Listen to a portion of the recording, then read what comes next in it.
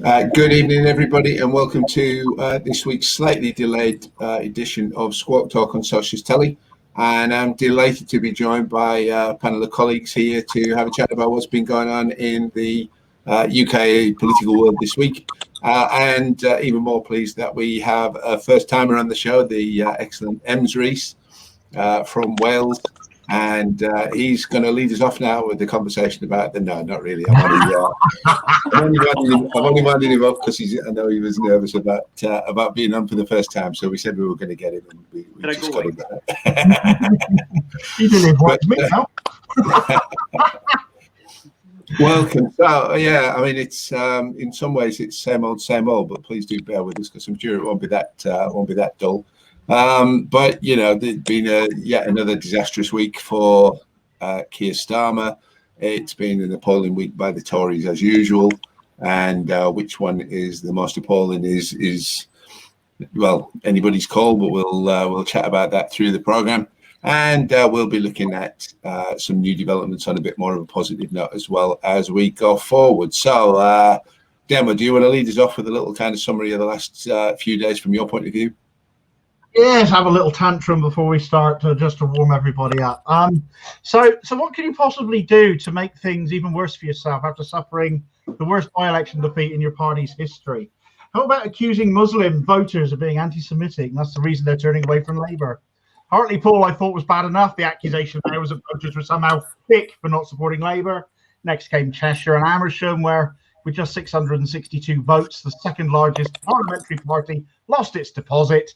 I've just got to crush you there 1 second, mate. 622. Let's not give 622. I do. Yeah, couldn't get that extra 40 votes. You know? It's so much better, isn't it? 622, barely being a lot. I think that's about the same number of actual members of the party in that constituency, which is just incredulous. But goes to show that when you stand for nothing, nobody's convinced by you, and nobody will come out and back you. And the voting population of Batley and Spen is something like 20% Muslim. And for an unnamed official to essentially say the only reason the party is losing here is because Muslim voters do not like Starmer's work on anti-Semitism, I'm not quite sure what that work is that offends them. If it's contained in that Ford report, we're still waiting to see. Well, let's see it then.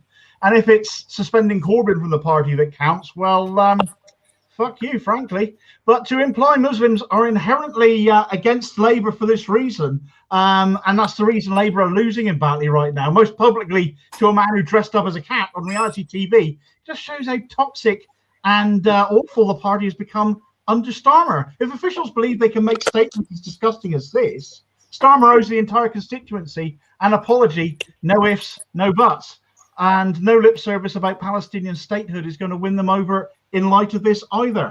What do you reckon? What about you, Nicola? What's your take?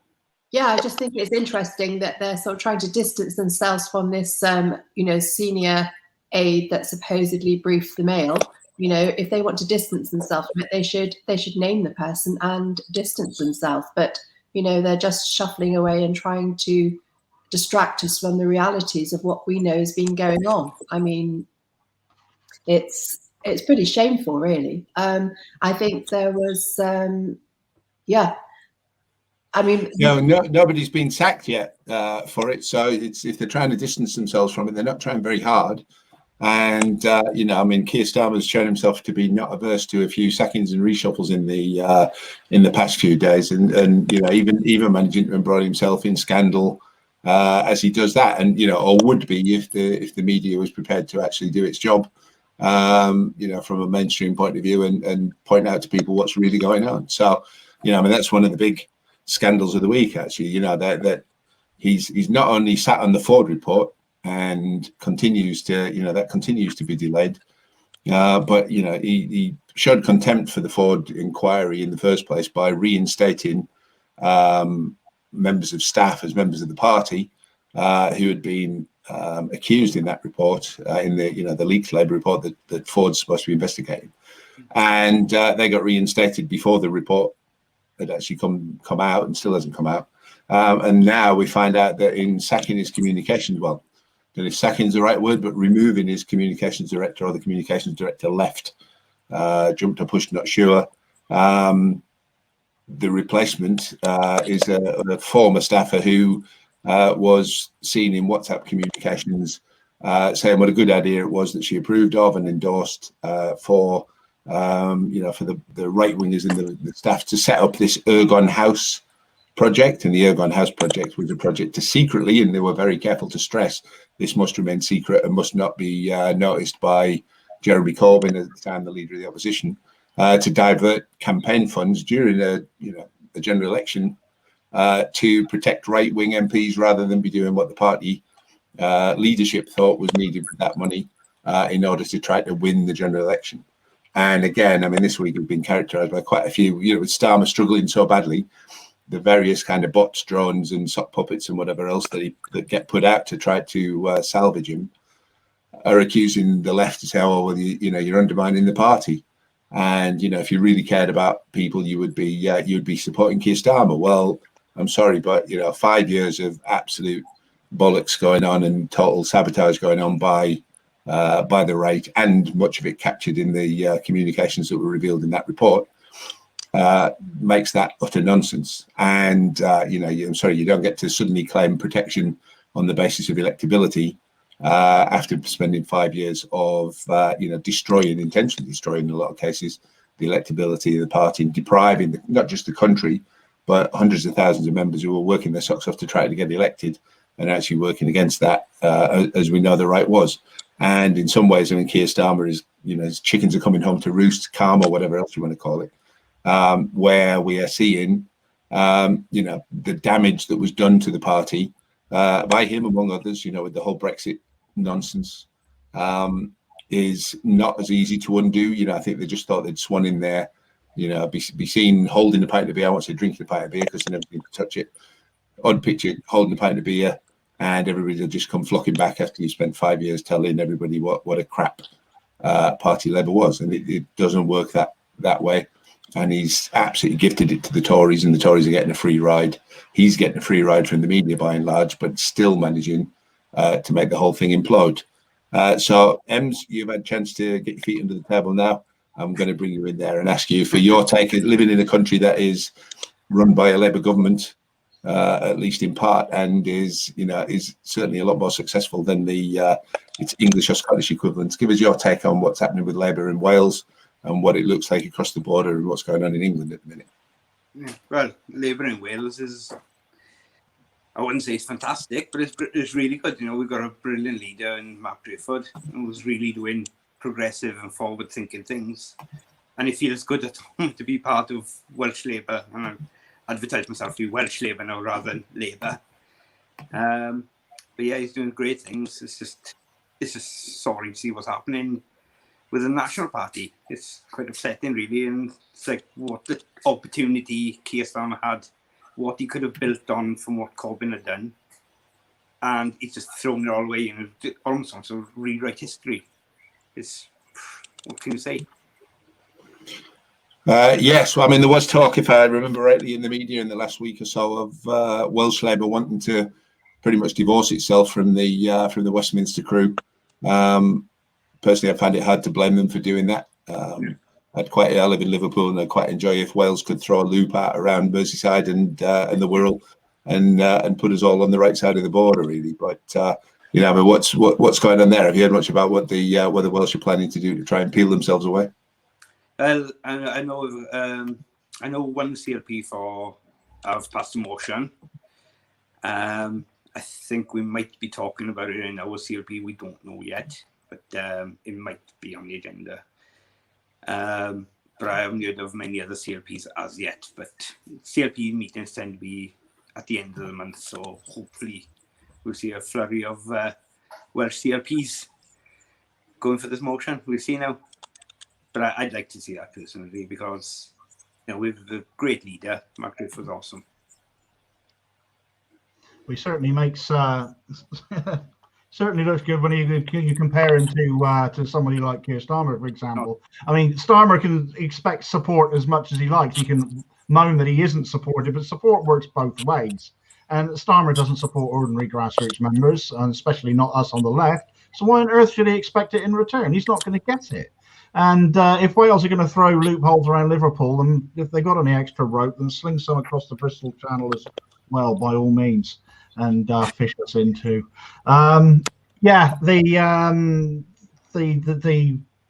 reshuffle. Is it a reshuffle? Is it just a massive sacking? It's Starmer blaming other people for his own shortcomings again, isn't it? That's what it fundamentally amounts to. I mean, it's a huge list of people that I think you covered over the last month. He's lost his executive director of comms, his chief of staff, his chief advisor, chief press officer, parliamentary private secretary, shadow chancellor, Labour chairperson, and now, of course, his head of communications, who was a private healthcare lobbyist, and really very, very funny chap to find in the Labour Party, quite frankly, with beliefs such as that, has been replaced by somebody who featured in that Labour Leaks report endorsing that Ergon House fund.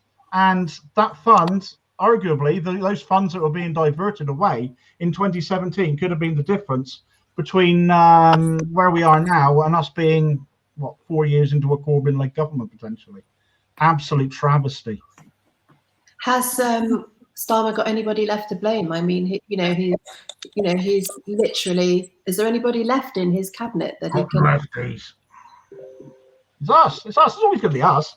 The buck will be passed to whoever's convenient, and he's been battering us for long enough to pass the point of way past the point of forgiveness. Frankly, there will always be a scapegoat for him, and I think he will always find a scapegoat, because I think they're desperate to hang on to him, to keep him in place until conference, where they can prevent anybody from the left ever becoming leader of the party ever again. And I think that's why it's quite important that if he does fail, as expected in Batley and Spen, that he is taken out before they have a chance to hold a conference and do that.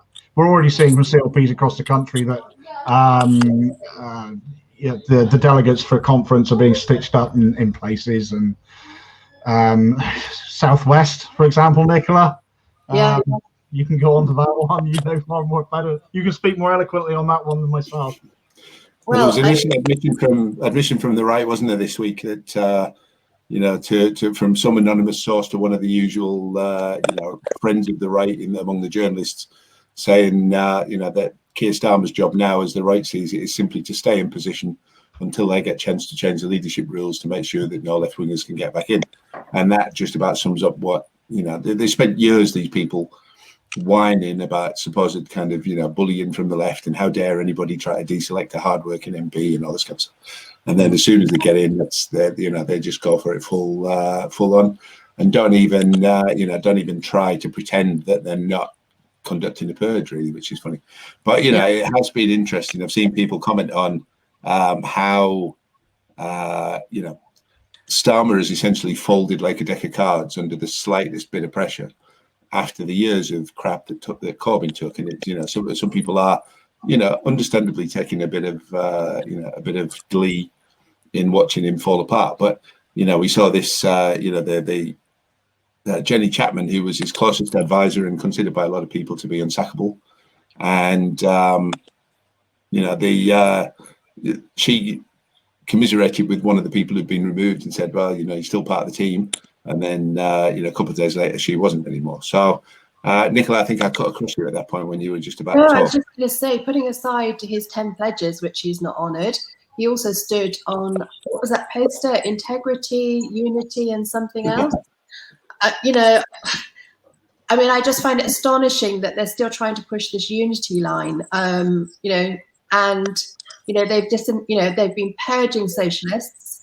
They've, they insulted, the black community. What did they describe? Black Lives Matter as just a moment. That was to go. And now, this atrocious, sort of briefing on Islamophobia, that was Islamophobic. And they still can't get out ahead of it. I mean, I'm ashamed of what the party stands for at the moment. And I just feel, people say, well, why don't you leave? And, we have centrists in my CLP that sort of act as if we should be leaving. But it says democratic socialism on the card. I'm in the right place. They are not. And, they're pushing people out. You know, they're pushing out the BAME community, they're pushing out socialists, and they're moving us to the right. And they don't seem to have any policies, any direction, any vision. What is there to vote for? I mean, if you can't trust the leader of the party to respect their members and the team working around him and to honour the democracy within the party, how could we possibly trust him in government? You know, I mean, it comes down to that. You know, if he doesn't keep his own pledges and he doesn't uphold, you know, the democracy within our party, I don't trust him. Why would I get behind a leader like that? I wouldn't. It takes some doing to break every single one. Yeah. And, you know, I mean, Eastern Lefty has commented as well, and we'll come on to Ordinary Left in a little bit, but, you know, stronger together, or as the Guardian put it, stronger together. And it was amusing that, yeah, I mean, the vast majority of attention that Stronger Together did get was about people pointing out that it did nicked Hillary Clinton's campaign thing. It went to, you know, disastrously let you know, Donald Trump in as president in 2016, and you know, but the thing that really got the conversation going was Stronger Together, with the misprint from the Guardian. That you know, that was much more interesting to people than any idea of Labour trying to come up with some new focus group slogan or whatever. So it is disastrous. I mean, you know, it is interesting that, you know, the latest pollings come out, and you know, there's been another 7-point net loss from Labour to the Tories, with you know, the Tories gaining 3 and Labour losing 4, if I remember rightly, and being 14 points behind in that particular poll. But we have seen as well, with the, if I can just find the right page here, yeah, Keir Starmer. You wonder what he's in it for, because this is what he said in 2017 when people were tipping him to be the next Labour leader. Winning elections is all I'm here for. That's why I came into it. If that's all he's here for, what is he still doing here? Because there doesn't seem to be, you know, he's certainly not winning, and he's you know, going from, I said to somebody, you know, last week, it's starting to look like Hartlepool, which was considered a disaster only just over a month ago, might well be the high point of Keir Starmer's tenure as Labour leader, because we had the worst ever by-election result for Labour in Chesham and Amersham, with 1.6% of the vote, and just about the number of, I'm not even sure if every Labour member did vote Labour in that election. And, you know, expected to get a tanking in, you know, in Batley and Spen next week as well, and working to try and reverse that by insulting 20% of your voters over there. It's pretty shocking. I mean, let's talk about the Tories for a minute, because, you know, they're a crap show as well, and we've seen the Tories trying to, you know, divert attention from their institutional racism to, you know, by talking about white privilege and the disadvantages of white working class boys in school. And as lots of people have pointed out, when did the Tories ever give a toss about white working class boys, except when they can either whip them up into some kind of racism or use them as an excuse to justify the racism that's already going on. Ems, give us a bit of a chat on that, would you? Right, you want me to go first? Yeah. It's just shocking, absolutely shocking stuff. I don't know what to say about it. Really, it's beyond. It's absolutely beyond. Jump in, everybody. Feel free. Well, white privilege. I mean, how many Tory leaders have come from a position of white privilege themselves? I mean, how privileged do you get when you come through Eton and Cambridge, and you've got the most toffee-nosed background imaginable, a background so detached from ordinary working class lives that it's little wonder they run the country the way they do, because they simply have no idea how ordinary people live. It's an absolute insult to our intelligence, frankly, that they think they can talk about white privilege as if they aren't beneficiaries of it. It's ridiculous. And when we come to education, I mean, white working class pupils have been let down for decades by the neglect in the English education system. It's an appalling situation that's been gone on for years and years and years. The schools have been continuously underfunded, and teachers have been more and more put upon, especially throughout all of this COVID crisis. And it's always the mainstream schools that are the ones that are most badly affected. It is not these places like Eton, which is a charity, which is bizarre in and of itself. But it's also a public school. It takes in wages, and actually, Eton was set up for ordinary working class people. So its very existence these days is an offence to ordinary working class lives. White privilege is what twisted Eton into what it is today. And yeah, it's risible. It's disgusting, frankly, that they've got the brass neck to go on about this the way they have. But they're Tories. They're never short of brass neck.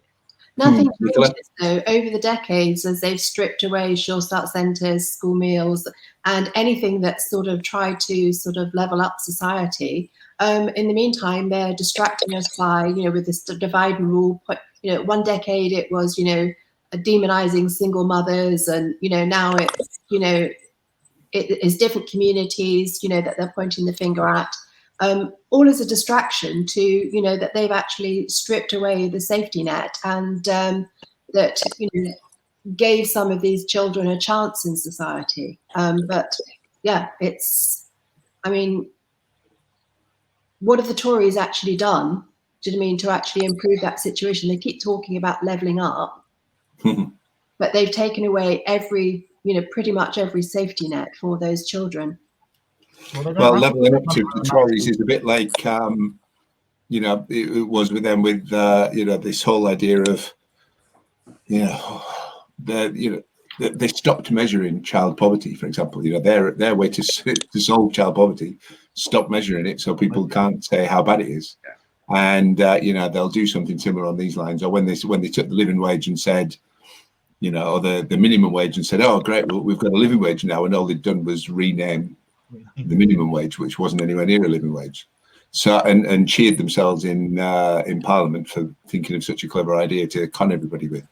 And, I saw a really good thing on this idea of the white privilege, because, people arguing against that, the government trying to argue against it and blame the even just the use of the term white privilege for the disadvantaging supposedly of these working class lads.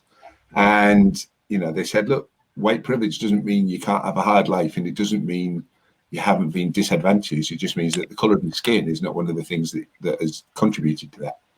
And that's the additional factor that goes on there. And they were pointing out things like the fact that black women have something like 4 times the mortality rate in pregnancy than white women. It really is woven into the fabric of stuff, and we have to start unpicking that. And it goes on again, and the Tories will instantly leap on any dog whistle racism that they can if they think it's going to help them. So we've seen, as Kailash Chandy is pointing out in the comment, whether Islamophobia in the Labour Party and obviously always ongoing in the Tories as well. But then, the heroes in the NHS during the pandemic have suddenly become, these bloody foreigners who are there, and there's too many of them, etc., etc. And, I saw a quote that somebody worked out how much it would cost to train English doctors to replace all of the foreign doctors or nurses or whatever that were, that are doing fantastic work in our NHS. And it was 42 billion. So, you could easily set up a national care service, for example, with that amount of money. But, the Tories will never miss an opportunity to fan the flames of prejudice if they think that it's going to serve their interests, And, it's a dog's breakfast in the political scene, because we haven't got proper opposition at the moment who are prepared to actually call stuff out. Yeah, they're talking about sort of filling these vacancies when, the Tories have been in power, 11 years now, and how many, somebody remind me, is it 120,000 vacancies we've got in the NHS, doctors and nurses, that they can't fill? I've seen figures of 88,000 and 100,000, so I'm not sure exactly what, but a lot. You get about a 10% shortfall in staff in the NHS on its overall complement. 160, 170,000, sort of foreigners working within our NHS.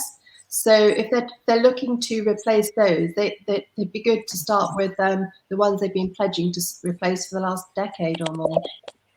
Yes. Yeah. And then I think, was it 500,000 to train a doctor? Yeah. Yes, and 5 million people at the moment, you know, waiting for treatment more than they're supposed to be waiting. And obviously the government trying to use every excuse from the pandemic or whatever to excuse that nonsense, but also then use that as an excuse for driving further privatization, as though taking money out of healthcare for private profits is going to help anything, you know. And the nurses bursary, and then I saw, is it John Trickett that said today, he came out with, you know, I can't remember the statistic, the number of our highly trained medics that then go abroad to work or go into the private sector, and yet there is no taxation for those private firms, you know, when they actually, you know, steal our talent from the NHS, that, you know, taxpayers have funded their training. Yes.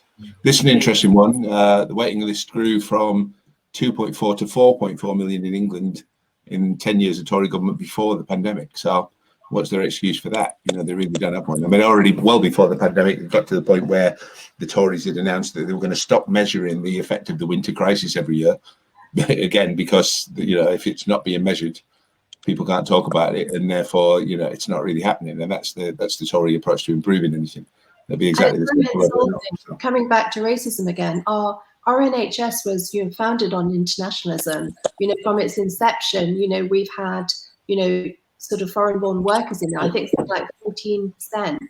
And, you know, we all owe our lives and our family members' lives to, you know, we've all got stories, personal stories about, you know, some of, I know I wouldn't be here but for the NHS, and a large number of those people that saved my life and, you know, got me back to, you know, living again, you know, we're from other countries. And, you know, the attitude that we've got now, I mean, look at them through the pandemic, putting their lives at risk on the front line, and many of them lost, in fact, disproportionately so compared, you know, as a, you know, I think the Philippines had the highest toll, you know, out of our workers. I mean, and to come out with statements like that, I mean, it's so insensitive. It is racist. It's dog whistle. It's dog whistle politics again. Yeah. It's finding somebody to for the Tories to essentially point the finger of blame at when they need a distraction. Because of course the Tories don't have to ever defend themselves on anything, frankly, because the media will always protect them, will always guard them, will always let them off easily. And when it comes to this business with foreign doctors, we simply couldn't sustain the NHS without them. And it's not just doctors, it's members of staff at all levels in the health service. We could not have a functional NHS without them. And we've all got stories, as you said. I published a story of my own on Twitter the other day. My wife nearly died in childbirth with our youngest one because there was complications there. He was born 9 weeks early, 3 pounds 4 ounces. My wedding ring would have gone around his wrist. He was that tiny. And the guy that called it was a Sunday, so they don't have full complement of staff on a Sunday. He decided something had to be done. It had to be done there and then, had to be done now. He saved both their lives. The guy was Egyptian. You know, it's ridiculous that people are being condemned because of where they're from, rather than praised for their ability and their training and how wonderful and clever they are and how fantastic it is they chose to come here. Yeah. And if we're going to talk dog whistle racism anyway, I mean, we've talked about Labour and Islamophobia already tonight, but what about the Tory Islamophobia investigation that all 4 leadership candidates way back when said they would launch and investigate? Whatever happened to that? Nobody asks anymore, do they? Get away with it. How insulting.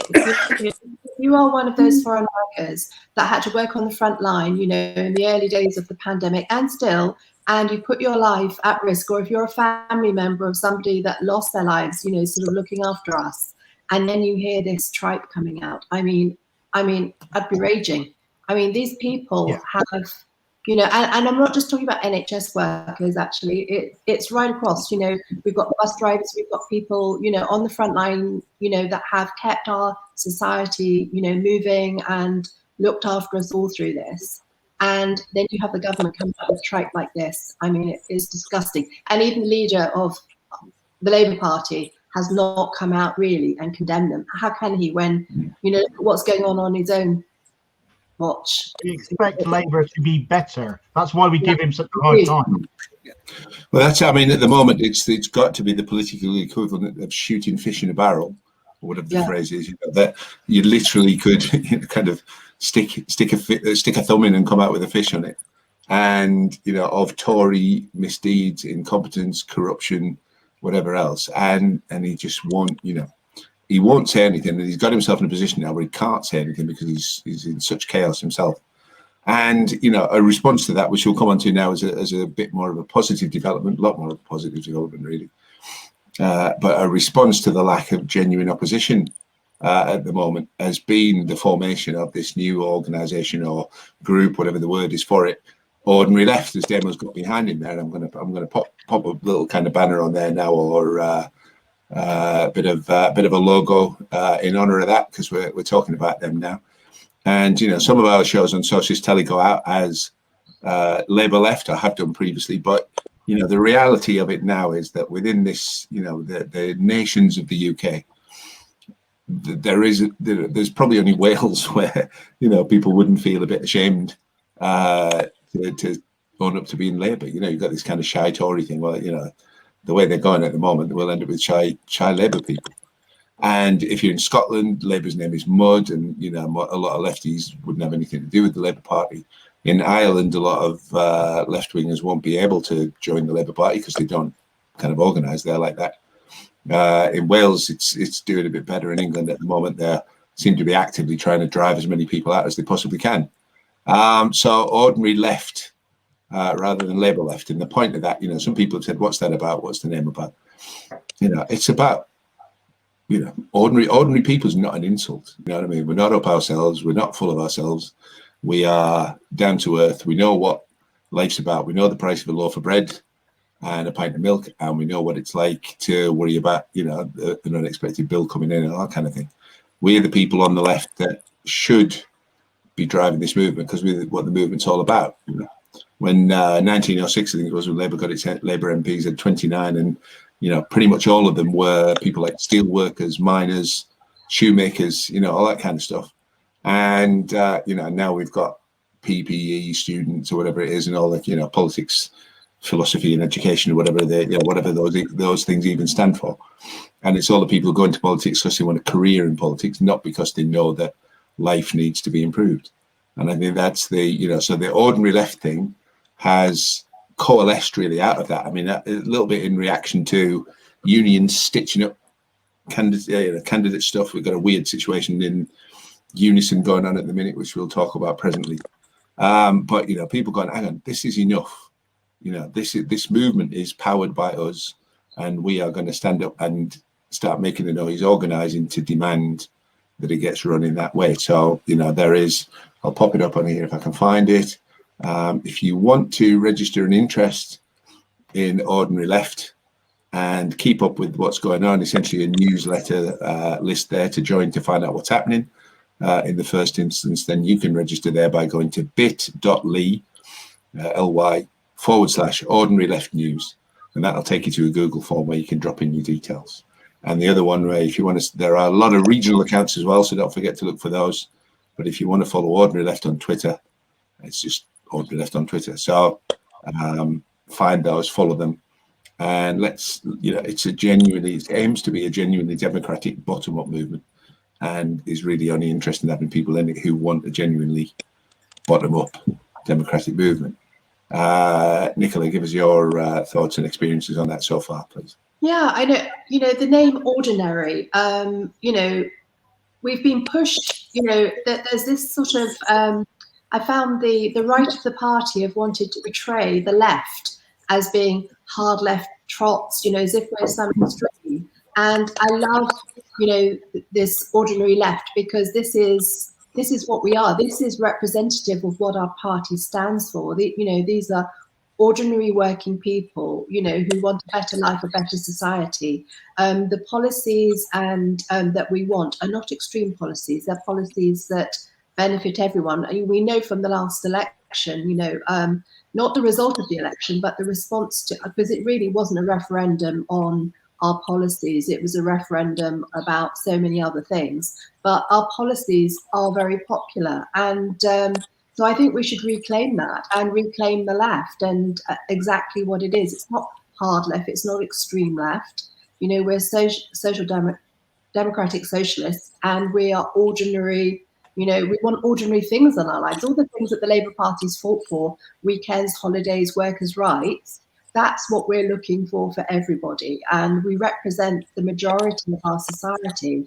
So let's proudly claim that. And we've all been frustrated getting behind parties and getting behind candidates in various elections to be let down. And I love what this organisation is doing now, because we're going to be picking candidates and policies and issues that are representative of what socialists stand for, and not getting caught up in the baggage of, you know, the machine within these organisations. Very good explanation, and Ordinary Left thinks so too. I mean, you know, one of the ways I've looked at it as well is in a kind of, it's the opposite of the blue tick left.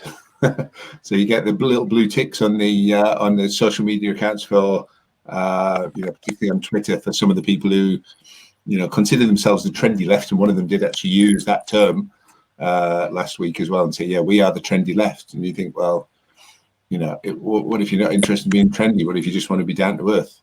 You know, what if you don't want a blue tick? You just want to, you know, talk about real life to people, and you know what real life's about. Then you know, that's what Ordinary Left is about, really. And you know, and some of its accounts they're called grassroots left, but you know, Ordinary Left is the handle that that people will recognise and sets itself apart. So I think that's the kind of you know, the summary. I would really encourage people to get involved in that, because we, you know, God, people need something positive at the moment to get their teeth into, and actually to coalesce around and organise for, you know, something better, rather than simply trying to, you know, cope with or stave off the disaster that that, you know, the blue tickers and some of the other people that they support are you know, desperately trying to foist on us and make us think that we can't have anything better than that. So East and Left is saying, yeah, no blue ticks. I think that's the that about sums it up. So Ems, your turn. Yeah, when you think about it, the ordinary people, it's, you know, in the campaigns you get in your communities, the people who are fighting against school closures or fighting against library closures, the people who are on the ground, they're the ordinary people. And so why can't we be the ordinary left? It's great. It's fantastic. You know, it's the ordinary people who are in the food banks helping people out. You know, the socialists are helping people out. It's the ordinary people who are looking after their neighbours and stuff like that. So I think the name Ordinary is fantastic, and it sums me up, and I love it.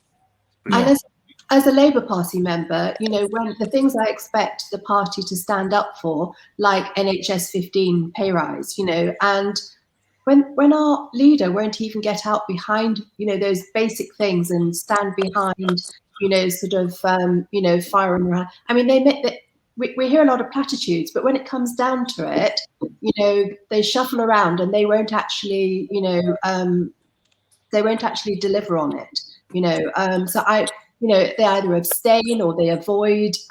So what I'm loving about this is we're, you know, picking and choosing, you know, what is worthy and 100% getting behind it, because the party's just not doing that for us at the moment. Yeah. Demo, you've been quiet for a couple of minutes. Not like you. Right, it's unusual for me, isn't it? Right. You know, I just think, hang on a minute. Let's think back. We put together socialist telling for a start because we wanted to be a voice for those people on the left that aren't really enamored with the people who are allegedly providing a voice for us now. And you know, we are just ordinary working class people. We, as you say, we know the price of a loaf of bread and the cost of a pint of milk. But this movement, this Ordinary Left thing, it's all about politics and policies that benefit all of us. It's not about blue ticks. It's not about the cool left. It's not about Oxbridge careerists. They might want a blue tick. I want to end food banks as a necessity in this country. That's the difference.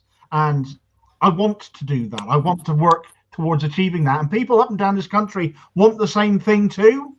So why not get everybody together under one banner and unite our efforts and be our own opposition when opposition parties and opposition leaders have let us down repeatedly. It's not even a Labour thing. You know, Labour has let us down terribly over the last, certainly over the last year, and as a history of not, you know, doing what it was set up to originally to do, and that is stand up for working people. So let's forget about party politics. Let's forget about blue ticks. Let's forget about all these mouthpieces who think they're important, and actually just get together ourselves and talk about the things that actually are important, the things that affect our everyday lives, making them better, the sort of things we were all inspired to think about and believe in under Jeremy Corbyn, for example, and carry on with that fight and carry on where he left off. Let's all be Jeremy Corbyn here, because that's what it amounts to. We can all stand up. We can all be that man, that guy, that socialist, that lefty, that person that's going to talk about these issues that we believe need to change. And we all set up accounts here, there, everywhere, every corner of the country. There's loads of them already. Actually, this has sprung up really, really quickly. So let's run with it. Here, Demo. Here. And I mean, I'm just looking down. You know, I'll put it up on the screen. But looking down some of the Ordinary Left Twitter feed, it gives you a bit of a flavour for what's going on. So we've got anything from, you know, just solidarity with the LGBTQ plus community, and you know, calling out racism in Hungary, and showing how the Germans used a bit of style to show them up. Comment there on the trend of the doctors we talked about earlier on, being the ordinary left, you know, a tiny cog in a big wheel. Leaders being silent in the face of injustice, and, you know, those who prefer silence are not fit to lead. Solidarity with hospital workers going on strike, ecology stuff, so environment, etc. And then, you know, attacking the racism that the Tories are using now, trying to put the blame for the NHS problems on foreign workers and this kind of absolute nonsense. But a lot of that came out of the, you know, this reaction against the stitch-ups that have been going on in union elections, etc. And one of the bizarre things that's been going on in the last couple of weeks has been the massive result for the left in the union national executive elections, taking a huge majority on there with you know, their real change slate, etc. But you know, the person that is now the president of the union is not allowed to officially do that role, because you know, the right wingers within the union stitched him up during their general secretary election last year in order to, you know, try and make sure that he couldn't win that. And he came close, but you know, some you know, yet another kind of I hate to use this term centrist, because nothing centrist about it. It's right wingers got a hold of that, but then the left reacted back and said, you know, the membership said, hang on, we're not having this. We'll put ourselves a left NEC in.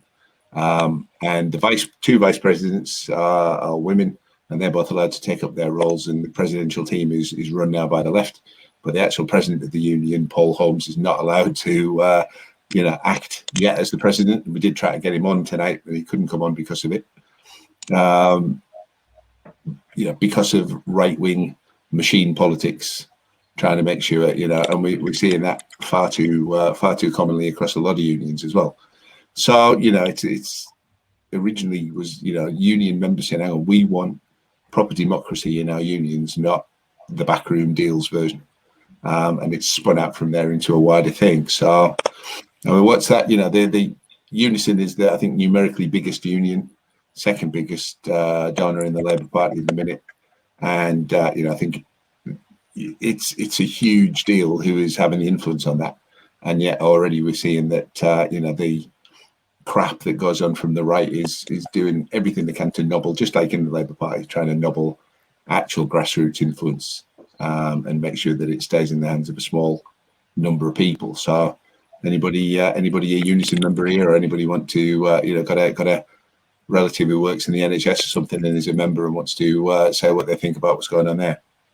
Well, not a Unison member, but obviously they are the main union of the health service, and every one of us relies on that health service, and it's quite important to us what goes on here. And isn't it funny that left-wingers can get elected when they actually stand on a platform for something, but it's right-wingers that have to get up to all sorts of shenanigans in order to retain power. You can see the difference between them. There's nothing moderate, there's nothing centrist about this. These are people that want to hang on to power for power's sake. It doesn't matter whether it's a trade union, this trade union, whether it's the Labour Party, it's the same pattern everywhere. It's the right-wingers just want to hang on to power. They want to be the ones left in charge, and balls to what they're actually supposed to stand up for and exist for and work for.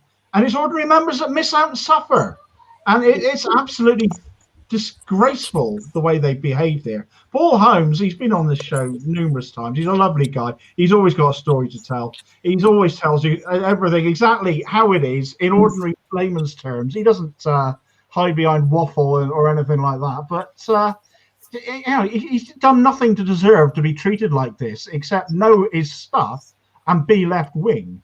And again, this comes back to why ordinary left is formed. Again, it's not just even party politics, it's trade unionism here as well, which, yes, it's political, but it's also industrial. And this sort of nonsense benefits no workers, benefits no community members, be it Unite, for example, and it's got to stop, it's got to end, and we've got to call it out. And that is part of what ordinary left will be striving to do going forwards as well. It's been very inspiring seeing all of the different ordinary lefts spring up across the 4 nations, you know, the regions, and from the grassroots. And, you know, for example, on the 3rd of July, we've got this NHS rallies across the unions. And it's that, you know, that somebody, you know, from the grassroots comes forward with something and then people run with it. There's none of this, you know, backroom dealing. Do you know what I mean? It's what we believe in. And it's spontaneous, and people get behind it. They give it a platform, and the coordination and the, you know, the strength of our collective, you know, is very, very powerful. And to see, do you know what I mean, what's been achieved just in a matter of days has just been astonishing. And I think that's what we all need, because we're all feeling very disillusioned and untrusting of parties and unions at the moment, because of all these backroom deals that go on, you know. But to actually take that power back from the grassroots and to be able to collectively come together and put our efforts, you know, into wherever it's needed. Yes, so we've got a question in here from Paul Smith, which is probably a good one. Who we're referring to as the blue tick left? Yeah, I don't think we should name names on that. I think people, by and large, are aware, you know, but it's the weather vanes. It's the people who, you know, swapped from being Keir Starmer, from being Jeremy Corbyn supporters to suddenly telling everybody that they should be supporting, you know, Keir Starmer, and then, you know, flipping on that again, and then pretending that, you know, as if they'd never said that was a great idea once it turns out to be a disaster. It's the people who, you know, will respond to yet another atrocity, you know, on the part of the Labour right by suddenly talking about Gramsci or Camus or some other kind of philosophical thing, you know, and pontificating about stuff and loving the sound of their own intelligence, but not actually saying anything meaningful that people can engage with. You know, it's that kind of, you know, it's the ones who look down their nose at what they will call the cranks. And, you know, and ordinary left is a bit of a pushback against the idea that, you know, if you're a normal working class person who is on the left politically, and by on the left politically, I mean, wants a public NHS, wants decent public services, wants the vulnerable looked after, wants people to get a fair day's work, pay for a fair day's work and all that kind of stuff. Nothing radical and earth-shattering, just normal fairness. And they'll look down their noses at people like that and, you know, congratulate themselves on how cool they are, essentially. So, you know, pick a person with a blue tick, and if they're doing that, they fit. You know, there'll be people with a blue tick who don't fit that profile, and that's fine. You know, a couple of years ago, we had the gammon thing. There was people talking about, you know, is gammon, using the word gammon, racist? You know, because it wasn't about a skin tone. It was about an attitude that maybe sometimes coincided. And, you know, blue tick is a bit that kind of thing, really. So that's the... Frankly, anybody on the left who uses that term crank, essentially, as well. Labour they might as well, frankly. He said we're not understanding politics from the correct Marxist viewpoint, and he's laughing. But there would be people who would come out with that sort of thing and expect everybody to bow down and go, "Oh, you've read Marx. You must, we must defer to your opinion." Common sense socialism, that's come in there from People Power 2024. Paul Smith has named somebody, but I'm not going to put that name up on the screen because it wouldn't be fair when they haven't got the right of reply.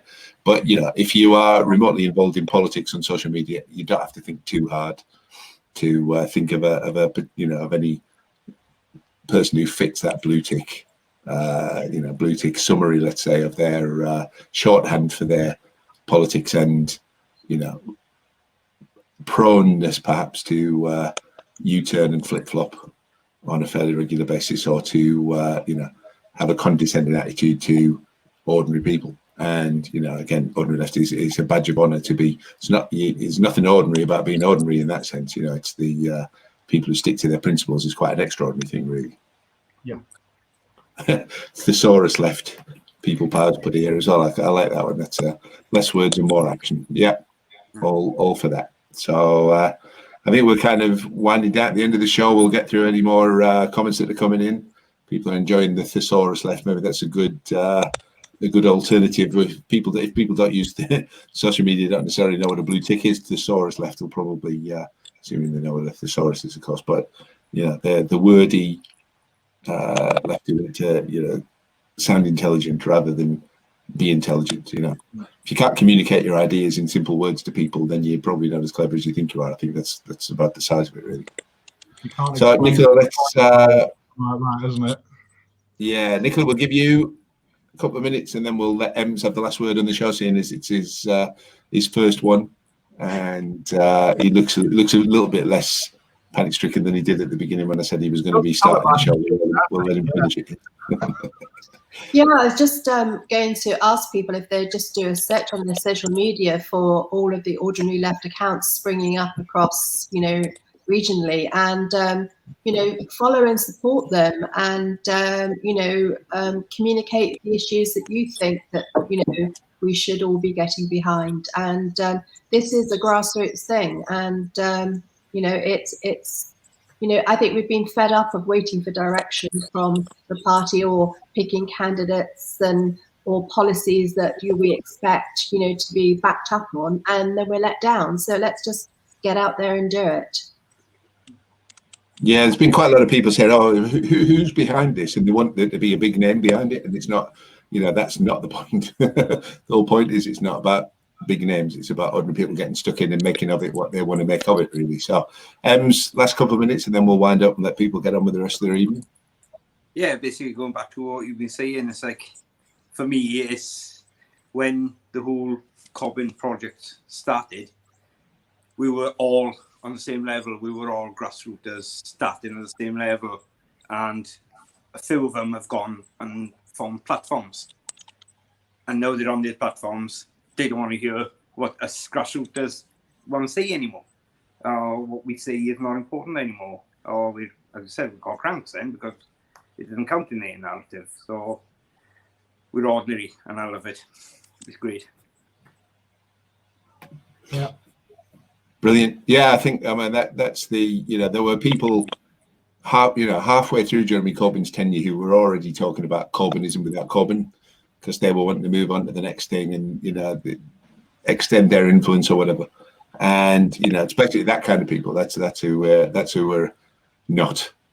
And we don't want to define ourselves by who we're not, but that's, if people are a bit confused, that's one way of looking at it. And we're about, you could say real left, authentic left, whatever else you want, but grassroots, bottom up, democratic, and actually trying to get some stuff done and organise against the overall trend at the moment, which is capitulation and compromise, and the Labour Party trying to out-Tory the Tories, etc., and not doing even a good enough job of that, and therefore bombing in the polls. We want to give people something real and something with a bit of hope about it, and I think that's what it is. Everybody who's watched, I do thank you for your time. Thank you for your interest. If you're watching on catch up, thank you again for doing that. Do spread the word. Do make sure to do the clicky bits and hit notification bells, whatever else on your preferred social media platform, so you keep up with the Socialist Telly output. Do give these guys a follow on. You'll find Ems Reese, is it on? Ems the Socialist. Ems the Socialist on Twitter. Nicola, you are NAJ562. Yep. Is that right?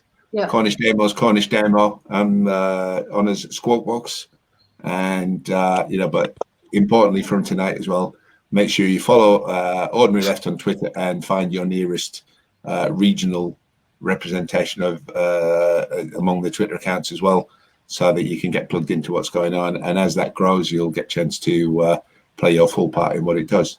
Everybody, again, appreciate your time. Hang in there, stay positive, and let's make something happen. Take care. Night, everybody. Thanks for going.